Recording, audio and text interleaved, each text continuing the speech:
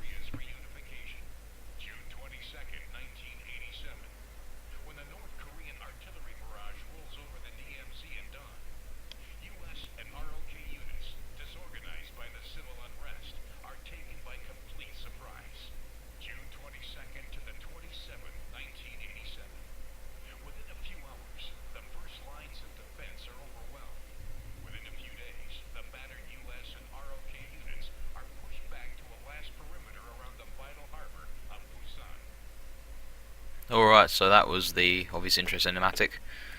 I'm going to skip through this quickly. This isn't really important stuff. So, what is Wargame Red Dragon? Wargame Red Dragon is predominantly a real-time strategy game. So, you will command units on a real-time battlefield. Yes, we get it.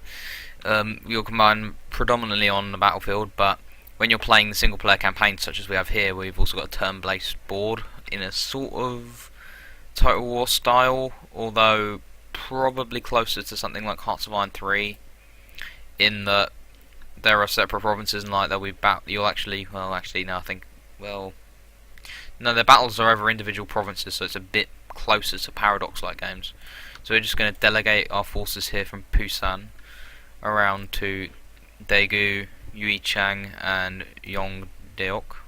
Sorry if I'm butchering the names, but you know, can't be helped sometimes when you don't really know them. So what we can do from this strategic view is obviously move our units about, conquer territories and things, but also we can recruit units. So for example, as you can see here, we've got a small stockpile of reserves from the Republic of the Korea's army. So we've got anti-aircraft, artillery, anti-tank, and attack helicopter logistics. So, and this number up here in the corner is the amount of points we can spend on these. So, say I wanted to buy, let's see what we could have in here. So there's basic infantry. This seems to really lack some anti-air, so we'll buy some anti-air here, and we'll place it in Yongdeok. Anti-air is very important, of course, so we don't really lack it so much here. Here we have some as well, and we still have 20 points. You can save these. They're not like just a sort of pool that you get at the start of a turn or something. They're persistent. So let's see what's in any of these. These are the enemy units as well. So like as you can see to the side up here where you'd see them. You can see what's in the individual companies. So you can see here we've got a bunch of M48 patterns and some supply trucks, for example. Let's see. Crikey, that's a lot of recon. So in order to combat these tanks here, I think it's probably a good idea to send attack helicopters, because these attack helicopters, especially as you can see there, they have missiles which are anti-tank, known as TOW, if you've ever heard of them before. And it's also quite useful to have something quite powerful. So we're going to end this turn and we're going to see how our enemy responds. Attacking on all fronts, obviously. Looks like we're going to be doing Daegu. So we're going to launch the battle and we're going to play for it, of course. And I'll explain more about the game from there. Just going to let this load. So you can see here we've got these zones that are in red and blue. These zones are control zones and they're controlled by the respective factions. So, for example, like to begin with, we have control over Bravo, to Yuichang, to Busan and Yongdeok, while the North Koreans have control of Zhongchang. So, but the thing is they don't remain there unless you've got this thing, if the star here, called a command unit in control. So, in order to maintain control, what you do is you place command units in there. Now, we don't really want a helicopter command unit here because they're quite vulnerable, so we're going to get rid of that, and we're just going to replace them with these M113s, because while these Hueys are quite cheap, they're not exactly, you know, like strong in any sort of function whatsoever. So, like, whereas the M113s are more powerful. They're still not great, don't get me wrong, but you know, they're better than just the Hueys. So what will you do to recruit your units? As you see this number up here, it increases based on the number above this, so like +4. So if we control the zone, we'll get +4 per second, I think, from this. I think on normal modes at least. While from here we'll get 2, and from these we'll get nothing, but to have these will allow us more reinforcement lanes, so it's worth probably keeping them. We're just going to we can recruit units by clicking on them. So ground units can have a maximum of 4 in them in a massive platoon, whereas aeroplanes don't function that way at all, and helicopters have, like, they're in 2s. So enough of me wittering on. Like, I will probably come to stuff that I think is important as and when, but I'll just start placing the units. So it's important to have anti-tank and anti-air as well to support these, so we've got them. We have some of these here. So these are basic infantry. This in the background indicates anti-air, and red indicates this kind of red indicates like anti-tank, but not ATGM units, which I don't think we'll cover in the series because I don't think either side that I control have them, although I'm pretty certain the North Koreans do. This red here indicates elite units, so probably a good idea to have these back here. We're going to have some of these militia units here. You can notice that they're militia. By the way, it says militia next to training, which if you can't see is below the soldier. Probably pump some of them through here. And to launch battle, obviously we click launch battle. And it's probably a good idea to get those transports the heck out of there, because the last thing you want is to give your enemy points, as you can well imagine. So this mode is, I believe, destruction. And destruction is where you kill a certain number of enemy units until one of them capitulates, as indicated by these numbers here. So, for example, I can take 2,054 points of damage, whereas the enemy can take 1,463. So, you can see along here they're coming. That's one thing I should have really brought up. I should have brought some recon, so I could see them better, but it doesn't seem like it's going to be that much of an issue, so we'll bring up some, maybe just some tow helicopters there to deal with them. Hopefully they haven't got any AA. I say hopefully because I don't actually know.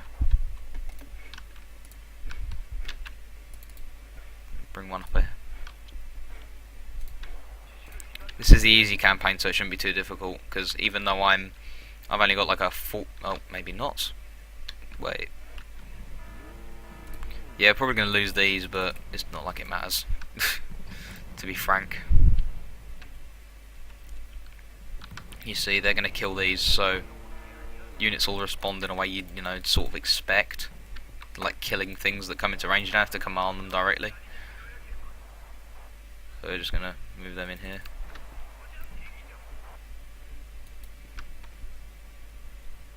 Things don't go perfectly, don't get me wrong. So, like, even if you've like an 80% player, things will goof.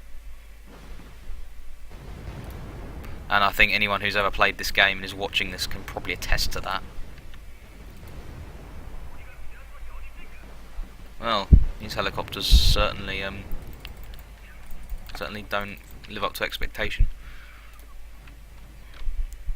You know, and that's just a way of saying they're utter shite by the looks of it. Not that these are much better. Let's see what sort of range have these got? Get the fuck out of there! Come on, get out of no, not you, you blithering idiot. And I think we just got command. Yeah, we've got commander. So like units. So I think I mentioned commands.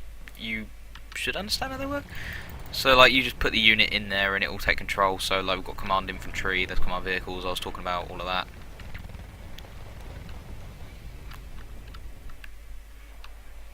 Not sure quite what the AI is planning there, but they're not doing anything particularly handy. So yeah, well, it's a shame they're out of ammunition. That's another thing that you've got to bear in mind. Units in this game have limited ammunition, so in order to stop this, we bring in these cargos and this cargo helicopter. And I would bring them in if they weren't like being shot at, and if these guys weren't so expendable. Not the case with the Stingers at all, but let's see, get them into position, get those bazookas firing. And before you ask, yes, I am a bit worried about what's going on here, but I will be sure to see if I can bring something up. I'll bring up some sabers. Just spam these. And the way planes work in this game is you just call them in from off stage, like off table, so they'll just fly over like that, and then they'll evac when they've run out of ammunition by default. Although you can switch this off for whatever crazy reason you'd want to do that.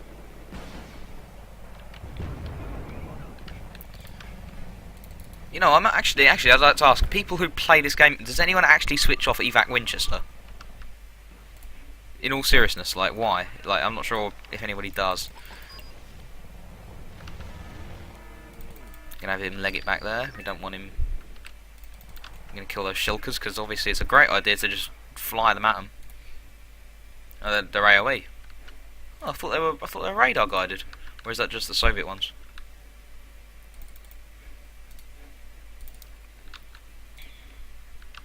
Absolutely stunning, obviously. So as you can see, the numbers have decreased as I've lost units, such as that plane there. Don't worry, there's like 9 of them, so it's no skin off anyone's nose. Let's get that bastard.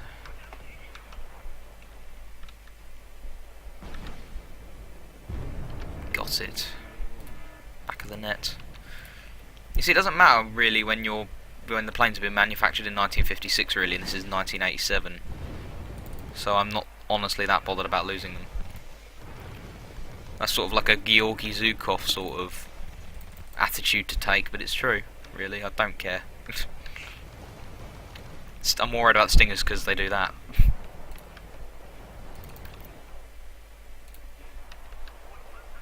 Obviously I'm a genius, I'm sending planes against anti-aircraft units. Yeah. I mean, if you're going to do that in multiplayer, it will not end well. Seriously, it will not. Because these units are crap. Most people in multiplayer have the sense to bring something along that's slightly better. You know, nothing too amazing. But You know, like the little Patriots that have got 5,000 meter range, for example. They're always really good when you can afford them. Many dead Koreans. That's all I'm gonna say.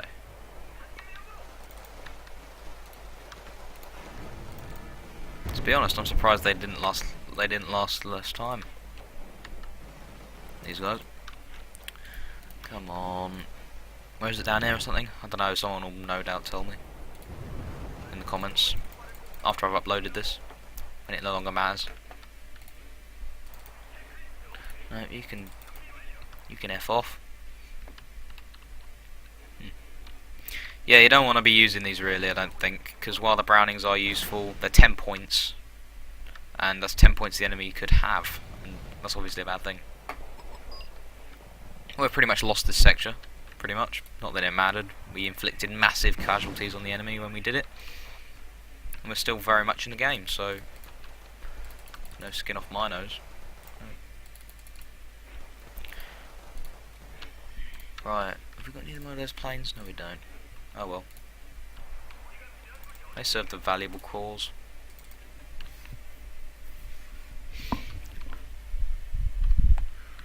Call it like disposal of obsolete things, you know? Retrofitting, maybe. No, not retrofitting. Good thing either way. It has become apparent that the South Korean pilots are blind.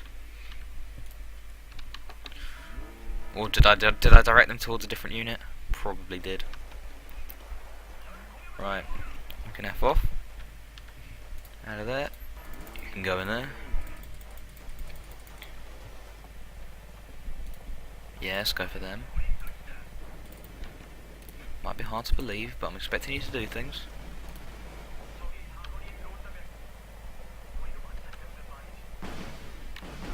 Before anyone like goes rabbiting on at me like, oh, you could have used your units a lot better. Yeah, I could, but I'm really not in the mood to like start really caring about the units, because while it's an easy campaign, if I was doing something like the Second Korean War one, I'd be way careful with them, obviously, because in the Second Korean one, which is like, I think it's the hardest campaign, aside from maybe the one where the Russians take over Japan, I think it is.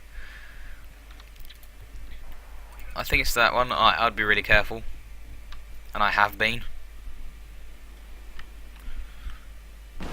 But then again, you get French units and Yugen, you know, Yugen being French, obviously. French bias. Why am I zooming in like that? Get out of there.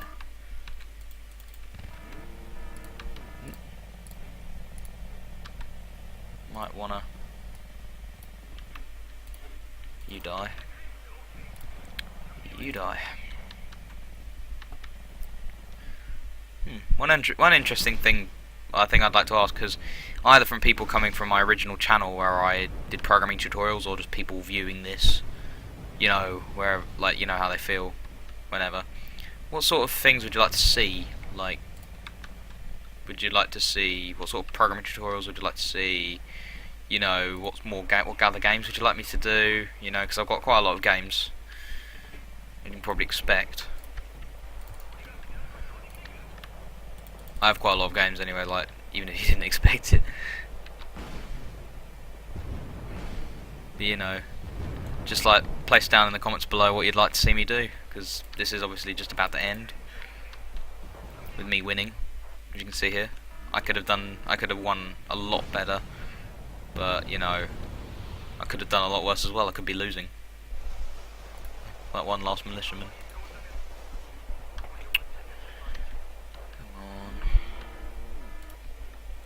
I think we're about to win. And then again, I'd have to be a spacker to think I wasn't. No, I'd have to like seriously do something wrong to lose right now. They're not even panicked. I'm surprised. Only one of them is. There we go. So we've won it. Thanks for watching, everybody. Hopefully my my computer wasn't too loud. I can hear it like whirring down there like a God knows what. So I'll see you on the next episode. Goodbye.